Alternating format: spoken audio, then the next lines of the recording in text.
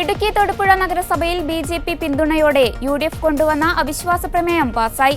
35 അംഗ നഗരസഭാ കൗൺസിലിൽ 8 അംഗങ്ങളാണ് ബി.ജെ.പിക്കുള്ളത്. ഇതിൽ 4 പേർ വോട്ടെടുപ്പിൽ നിന്ന് വിട്ടുനിന്നു. ബി.ജെ.പിയുടേതടക്കം 18 വോട്ടുകൾ കിട്ടിയതോടെ അവിശ്വാസ പ്രമേയം പാസാകുകയായിരുന്നു. പ്രമേയത്തെ എതിർത്ത് 12 പേർ വോട്ട് ചെയ്തു. ഇതോടെ എൽ.ഡി.എഫിന് ഭരണം നഷ്ടമായി. തൊടുപുഴ നഗരസഭയിലെ 35 അംഗ കൗൺസിലിൽ ഏറ്റവും കൂടുതൽ അംഗങ്ങളുള്ള യു.ഡി.എഫിന് കഴിഞ്ഞ 4.5 വർഷമായി അധികാരത്തിലെത്തുവാൻ കഴിഞ്ഞില്ല. അവസാന ലാപ്പിൽ ഭരണം പിടിക്കുക എന്ന ലക്ഷ്യത്തോടെയാണ് അവിശ്വാസ പ്രമേയം അവതരിപ്പിച്ചത്. 14 യു.ഡി.എഫ് അംഗങ്ങളാണുള്ളത്. അവിശ്വാസം പാസ്സാകാൻ വേണ്ടത് 18 പേരുടെ പിന്തുണ. വിപ്പ് ലംഘിച്ച 4 ബി.ജെ.പി. അംഗങ്ങൾ യു.ഡി.എഫിന്റെ അവിശ്വാസ പ്രമേയത്തെ പിന്തുണച്ചു.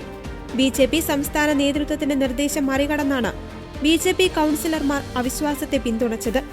അതേസമയം യു.ഡി.എഫ് അവിശ്വാസ പ്രമേയത്തെ പിന്തുണച്ച് വിപ്പ് ലംഘിച്ച് വോട്ട് ചെയ്ത 4 കൗൺസിലർമാരെ ബി.ജെ.പി. സസ്പെൻഡ് ചെയ്തു.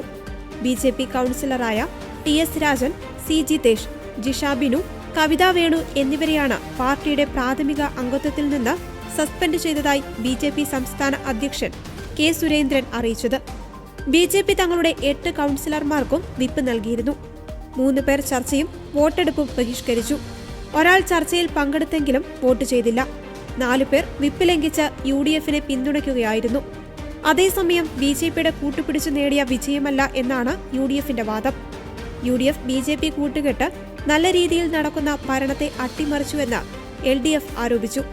എന്നാൽ കോൺഗ്രസ് ലീഗ് തർക്കം നിലനിൽക്കുന്ന നഗരസഭയിൽ ആര് ചെയർമാൻ സ്ഥാനാർത്ഥിയാകുമെന്നതിൽ തീരുമാനമായിട്ടില്ല. അതേസമയം അവിശ്വാസ പ്രമേയത്തിലൂടെ യു.ഡി.എഫ് തിരിച്ചുപിടിച്ച മലപ്പുറം ചുങ്കത്തറ പഞ്ചായത്തിൽ പ്രസിഡന്റായി കോൺഗ്രസ് അംഗം വത്സമ്മ സെബാസ്റ്റ്യൻ തിരഞ്ഞെടുക്കപ്പെട്ടു. ചെയർപേഴ്സൺ സബീന ബിജുവിന്റെ പ്രവർത്തനങ്ങൾ അങ്ങേയറ്റം നിരാശാജനകമാണെന്നും വികസന പ്രവർത്തനങ്ങളിൽ നഗരസഭ ഏറെ പിന്നോക്കം പോകുന്ന അവസ്ഥയിലാണെന്നും ആരോപിച്ചാണ് യു.ഡി.എഫ് അവിശ്വാസ പ്രമേയത്തിന് നോട്ടീസ് നൽകിയത്.